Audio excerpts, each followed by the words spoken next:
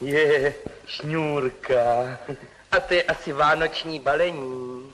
Ne, to se nejspíš vytrhne a ono se to otevře, víte? Tak počkejte takhle, aby se to nevylilo. Tak a tahejte. Šitavinku. No teče nic. Jste to sem.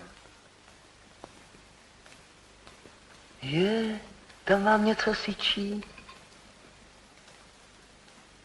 Zkažená. No jo.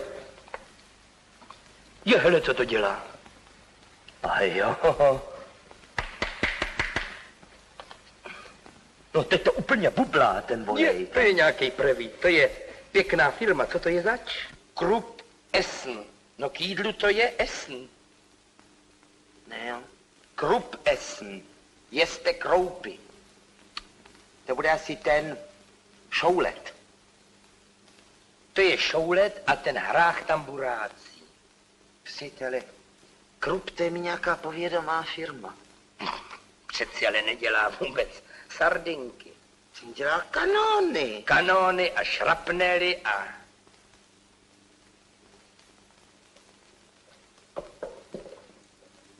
A granát dělá. Tak? Handgranáty dělají.